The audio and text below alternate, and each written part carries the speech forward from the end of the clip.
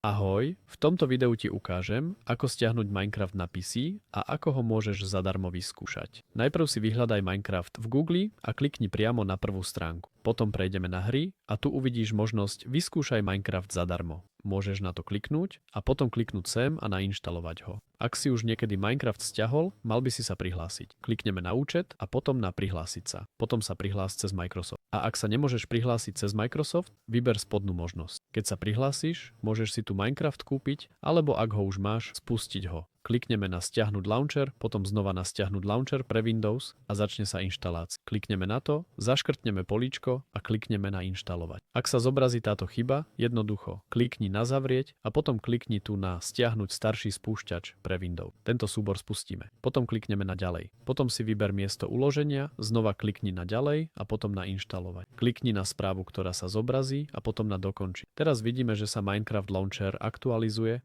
potom sa Minecraft Launcher automaticky spustí a tu sa budeš musieť znova prihlásiť. A takto to vyzerá. Takto jednoducho si môžeš stiahnuť Minecraft pre PC. Ak ti toto video pomohlo, potešil by ma like a zatiaľ ahoj.